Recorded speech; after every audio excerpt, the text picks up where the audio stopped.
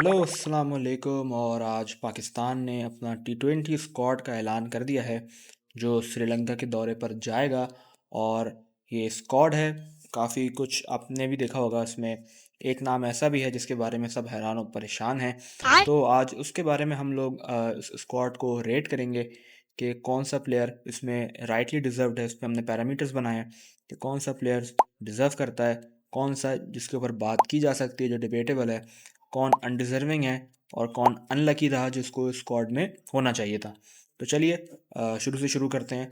सबसे पहले इस स्क्वाड में आते हैं ऑब्वियसली हमारे कैप्टन सलमान अली आगा, जिनको खेलना है, इनको खेलना ही खेलना है। तो उनको तो हम उन पे बल्कि हम बाद में बात करेंगे। अ, उसके बाद हम लोग इस लाइन के हिसाब से चलते हैं, इस तरतीब के हिसाब से। यहाँ पर सबसे पहले हम देखते हैं, यहाँ पे वसीम जूनियर हैं। तो Wasim junior highly deserved category में जाएंगे। वसीम जूनियर को जितने भी मौक़े मिले हैं माजी करीब में, तो उन्होंने हर दफ़ा डिलीवर करके दिया पाकिस्तान को। और पाकिस्तान ने उनके साथ इस सूरत में ज़्यादती भी की है कि उनको बहुत से मौक़े में ड्रॉप किया गया है, उनको बेंच किया गया है। और आई होप कि अब इनको आगे भी मज़ीद गेम्स मिलें। वसीम जूनियर अच्छी लाइन पे बॉल करते हैं, फील्डर बहुत कमाल के हैं। और साथ ही साथ जो उनकी गेम टैक्टिक्स हैं बॉलिंग को लेकर, वो बहुत हाईली अंडररेटेड हैं। तो Wasim junior rightly deserved category में आएंगे। नेक्स्ट हैं जी हमारे पास Shadab Khan. Shadab Khan I would say कि अनडिज़र्विंग कैटेगरी में जाएंगे। उसकी वजह यह है कि शादाब खान को ये लोग टीम में लेकर आए हैं just because of his batting. मुझे हैरत नहीं होगी कि आगे जाके टूर्नामेंट में या इस सीरीज़ में, और बल्कि शादाब खान तो most probably tournament world cup भी खेलेंगे। बट अभी हम पर्टिकुलरली सीरीज़ की बात करते हैं, तो मुझे हैरत नहीं होगी कि अगर शादाब खान इस टूर में, उनको अगर रन पड़ते हैं थोड़े से, तो वो अपने 4 ओवर भी पूरे करेंगे। उनको बेसिकली लाया इस वजह से किया है कि वो नीचे रहकर बैटिंग में कंट्रीब्यूट कर सकें, और जो नीचे हैंडी 20-25 रन है सिर्फ वो उसमें आके कंट्रीब्यूट कर सकें। बट क्योंकि शादाब खान का ये प्राइमरी रोल नहीं है, शादाब खान एक लेग स्पिन बॉलर हैं, तो हम उनको उसी के हिसाब से देख के अनडिज़र्विंग कैटेगरी में डालेंगे। नंबर उसके बाद आता है सलमान मिर्ज़ा का, हाईली डिज़र्व कैटेगरी में जाएंगे। ऑल्दो लाहौर कलंदर की पिक है, आकिब जावेद की पीआर है, बट ग्रेट टैलेंट। और अभी जो पाकिस्तान में ट्राई नेशन सीरीज़ हुई है, उससे पहले आई गेस अफ़गानिस्तान सीरीज़ में भी थे ये। तो उन्होंने हर जगह डिलीवर किया, और बहुत कम अरसे में आके उन्होंने अपना एक नाम बना लिया ग्लोबल स्टेज पे। तो वो आई गेस बहुत अच्छी बात है। राना फ़हीम अशरफ को मैं क्वेश्चनेबल कैटेगरी में डालूंगा, क्योंकि राना फ़हीम अशरफ के ऊपर पाकिस्तान की रिसेंट टाइम्स में बहुत ज़्यादा इन्वेस्टमेंट है। चैम्पियंस ट्रॉफ़ी से लेकर ये पूरा साल राना फ़हीम अशरफ पाकिस्तान के प्लान में रहे हैं। और शादाब खान के आने से एक प्रॉब्लम ये भी हुई है कि अब शादाब खान ऑब्वियसली राना फ़हीम अशरफ से ज़्यादा प्रायोरिटाइज हो जाएंगे। आप देखेंगे कि शादाब खान कुछ गेम्स खेलेंगे और राना शायद रेस्ट करें, क्योंकि नवाज़ तो ड्रॉप होते हुए नहीं बनते, क्योंकि सबसे अच्छी फॉर्म आई गेस नवाज़ की चल रही है।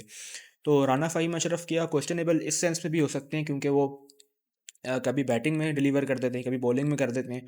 उनकी कोई कंटिन्यू परफॉर्मेंस नहीं है। बट हाँ, जहाँ परफॉर्मेंस होती है तो वो कभी कभी ऐसी भी हो जाती है कि वो बिल्कुल गेम को एक साइड पे कर दें। जैसे कि हमने देखा इंडिया के अगेंस्ट एशिया कप फाइनल में राना फ़हीम अशरफ ने ऑलमोस्ट पूरा गेम आपको बॉलिंग में बना के दे दिया था। तो यू नेवर नो राना साहब आउट ऑफ सिलेबस भी कभी कभी आ जाते हैं। उसके बाद Khwaja Nafay, obviously undeserving category. I mean Khwaja Nafay अच्छा टैलेंट है, उस पर कोई डाउट नहीं, लेकिन वर्ल्ड कप से जस्ट पहले एक टूर में लाके उसके ऊपर इतना ज़्यादा प्रेशर कर देना कि वो परफॉर्म करेगा तो भी बाहर होगा, क्योंकि ऑब्वियसली बाबर आजम ने आ जाना है। बाबर आजम अभी बिग बैश खेल रहे हैं, तो यहाँ पे उनकी जगह नहीं है। बट आना उन्होंने है, तो ख्वाजा नाफे परफॉर्म करेगा तो भी बाहर है, नहीं करेगा तो भी बाहर है।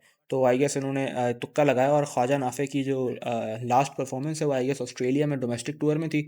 वो उनकी आई गेस डार्विन वाली टीम है, I don't remember the exact name, but वहाँ पे भी वो बहुत बुरी तरह एक्सपोज हुए थे। ओके जी, उसके बाद मोहम्मद नवाज़, कोई बात करने की ज़रूरत ही नहीं है। पिछली लास्ट सीरीज़ में डिलीवर करते हुए आ रहे हैं, एशिया कप में डिलीवर किया। तो मोहम्मद नवाज़ की तो ऑलरेडी प्लेस डिज़र्विंग कैटेगरी में है। अब्दुल समद क्वेश्चनेबल कैटेगरी में, क्योंकि उन पर बात की जा सकती है। अब्दुल समद की कोई इतनी परफॉर्मेंस नहीं है, और उनको रिसेंट टाइम्स में इतना चांस भी नहीं मिला। जिस पे हम बात करें, बट अब्दुल समद को 50-50 आई गेस मैं रहूँगा।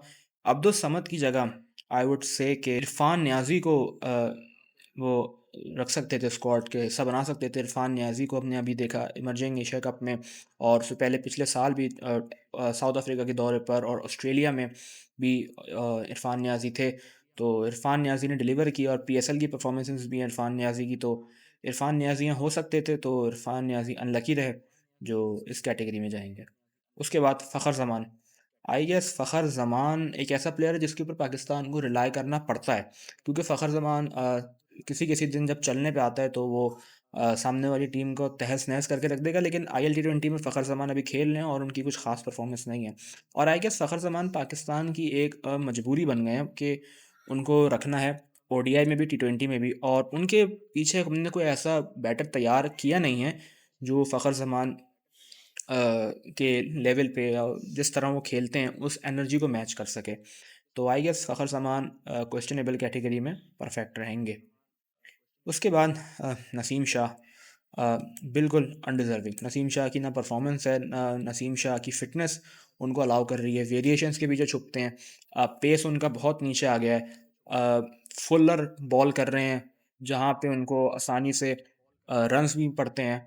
तो नसीम शाह को आएगा पहले इन सब चीज़ों पे काम करने की ज़रूरत है, उसके बाद नसीम शाह टीम में आएंगे तो फेयर है। साइम अयूब,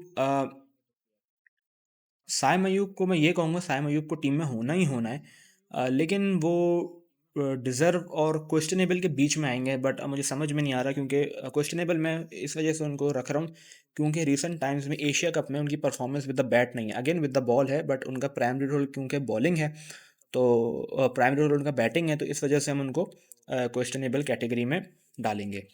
उसके बाद साहबज़ादा फ़रहान, राइटली डिज़र्व्ड, उन्होंने बहुत वेट किया है अपनी बारी के लिए, बट इनका आजकल ये प्रॉब्लम चल रहा है, उनका पाँव नहीं निकल रहा। उनके फ्रंट फुट का थोड़ा मसला है, but I guess he is rightly deserved player. Usman Khan, Usman Khan I guess चलो ठीक है, डिज़र्व कैटेगरी में डाल देते हैं। जो ट्राई सीरीज़ है, उस्मान खान ने हमें काफ़ी इम्प्रेस भी किया है अपनी बैटिंग से, तो उस्मान खान ठीक है। फिर हैं उस्मान तारिक। उस्मान तारिक को मैं क्वेश्चनेबल कैटेगरी में डालूँगा, क्योंकि मैं समझता हूँ कि सुफियान मुकीम यहाँ पर होने चाहिए थे, जो कि नहीं हैं। तो उस्मान तारिक से मुझे प्रॉब्लम नहीं है, उन्होंने अच्छी बॉलिंग भी की है, बट मैं सुफियान मुकीम को यहाँ देखना चाहता। उसके बाद अबरार अहमद।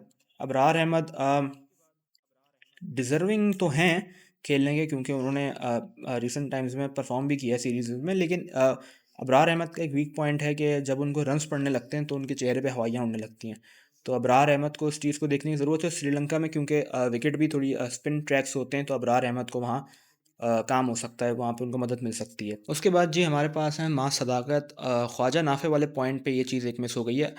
जिस लॉजिक के तहत उस्मान ख्वाजा आए हैं, ख्वाजा नाफे टीम में आए हैं, तो उसी लॉजिक के तहत अगर कोई डिज़र्विंग था तो वो माँ सदाकत थे, क्योंकि उन्होंने अभी रिसेंट टाइम्स में बहुत अच्छा परफॉर्म किया। इमर्जिंग एशिया कप में रन्स किए, ऊपर से ओपनिंग भी की है, ऊपर से भी मार रहे हैं, नीचे से भी मार रहे हैं, तो आई गेस उनको मैं इस कैटेगरी में डालूँगा कि वो ख्वाजा नाफे के कंपैरिजन में वो इसमें डिज़र्विंग थे। उसके बाद अहमद दानियाल और नसीम शाह के कंपैरिजन में डिज़र्विंग थे, इस सेंस में क्योंकि उनका भी बॉल 145 है और क्लेवर बॉलिंग कर रहे हैं आजकल, उनकी फॉर्म भी लगी हुई है। तो हम, और रूमर्स भी थे इन दो खिलाड़ियों के बारे में कि टीम में आएंगे, बट मैं एट द फर्स्ट प्लेस तो उनके हामी में नहीं हूँ, लेकिन अगर नसीम शाह और ख्वाजा नाफे को आपने रखना है टीम में फॉर दिस टूर स्पेशली, तो आई गेस उनसे बेहतर तो ये दोनों खिलाड़ी हैं, इन पर इनको डिजर्विंग कैटेगरी में डालना चाहिए। और अगर आपने एक विकेट कीपर रखना ही है साथ में, वैसे तो 3 विकेट कीपर हो चुके हैं, ख्वाजा नाफे भी विकेट कीपिंग करेंगे, तो बात हो सकती थी कि हम हसीबुल्ला पर बात करें। बहुत कम मौक़े दिए जाते हैं, लास्ट दफ़ा इन्होंने स्कोर किया था ऑस्ट्रेलिया के अगेंस्ट, जो पाकिस्तान की सीरीज़ थी वहाँ उन्होंने स्कोर किया था। बाबर आज़म को होना चाहिए था ऑब्वियसली, बट बाबर आज़म नहीं है इस टूर पे, उसमें तो आएंगे वर्ल्ड कप के टाइम। बट यहाँ पे थोड़ी सी ये है कि जिस तरह की बाबर आज़म की अभी फॉर्म है, उनसे रन्स नहीं हो रहे वहाँ बीबीएल में भी, तो ये है बाबर आज़म को एक यहाँ पे थोड़ा प्रैक्टिस का मौका मिल जाता श्रीलंकन पिचेस को रीड करने पे, क्योंकि अल्टीमेटली वो हमारे ऐसे बैटर होंगे वर्ल्ड कप में जिनके ऊपर टीम अगेन रिलाई करेगी। बाबर आज़म से भले परफॉर्म ना हो, लेकिन ये बात है कि पूरी टीम उन पे रिलाई करती है, उस वो क्यों करती है उसके बारे में किसी और वक्त बात करेंगे। बट यह है कि बाबर आजम को इसमें होना चाहिए था, बट वो बीबीएल खेलने उनको पहले नेशनल ड्यूटी करनी चाहिए थी। तो आई वुड से कि बाबर आजम अनलकी कैटेगरी में चले डाल देते हैं इसको। बॉलिंग ऑप्शंस में एक बॉलर में मुझे एक पर्सनल बायस के तहत मैं शायद उस पर बात करता जहांदाद खान के ऊपर। जहांदाद खान क्विक बॉलर हैं, एक्शन उनका काफ़ी क्विक है। मुझे तो थोड़ा थोड़ा मोहम्मद आमिर टाइप भी लगता है, और विकेट्स भी निकाल सकते हैं छोटे छोटे स्पेल में। तो आई गेस जहांदाद खान को भी मैं देखता। उसके बाद अब्बास आफरीदी, अनलकी। अब्बास आफरीदी इतना ज़बरदस्त टैलेंट है जो बाहर ज़ाया हो रहा है, और उन लोगों को मौके मिल रहे हैं जो 5-5 6-6 साल से खेल रहे हैं, और उनकी परफॉर्मेंसेस एक सर्टेन लेवल तक ही हैं, उसके बाद जाके उनकी परफॉर्मेंसेस नहीं हो रही, वो परफॉर्मेंस वाइज नहीं ग्रो हो रहे। हसन नवाज़ अगेन जनरेशनल टैलेंट, सलमान आगा ने खुद कहा है। और हसन नवाज़ ने मिस सिर्फ इस वजह से किया है क्योंकि शादाब टीम में आए हैं। तो हसन नवाज़ का ये है कि अभी नए हैं और थोड़ा सा उनके ऊपर बैट पैच आते ही हो गया है। बट हसन नवाज़ को आपको मौके देने पड़ेंगे, और हसन नवाज़ एक ऐसे प्लेयर हैं जो नीचे आके तेज़ी से पाकिस्तान को गेम जिता के दे सकते हैं, और हमने इसकी मिसालें देखी भी हैं। इनको थोड़ा सा बस अब बैक करने की ज़रूरत है, जो कि हमारा बोर्ड हमारा सिस्टम नहीं करता, सिवाय उन प्लेयर्स को जिनके ऊपर इनका नज़र करम होता है। तो हसन नवाज़ अनलकी अनलकी रहे तो नहीं है।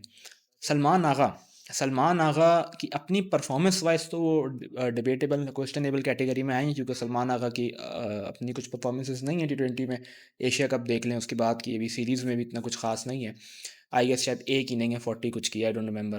बट क्वेश्चन एबल इस वजह से कहें सलमान आगा को उनकी परफॉर्मेंस वाइज, और डिज़र्व इस वजह से हम उनको कह सकते हैं कि क्योंकि कैप्टन है तो उन्होंने खेलना ही खेलना है। तो चलें हम तो इसको रिज़र्व कैटेगरी में डाल देते हैं। आप कमेंट करके बताइए कि और कौन सा प्लेयर है जो उसमें इस टीयर लिस्ट में होना चाहिए, तो और किस पैरामीटर पर।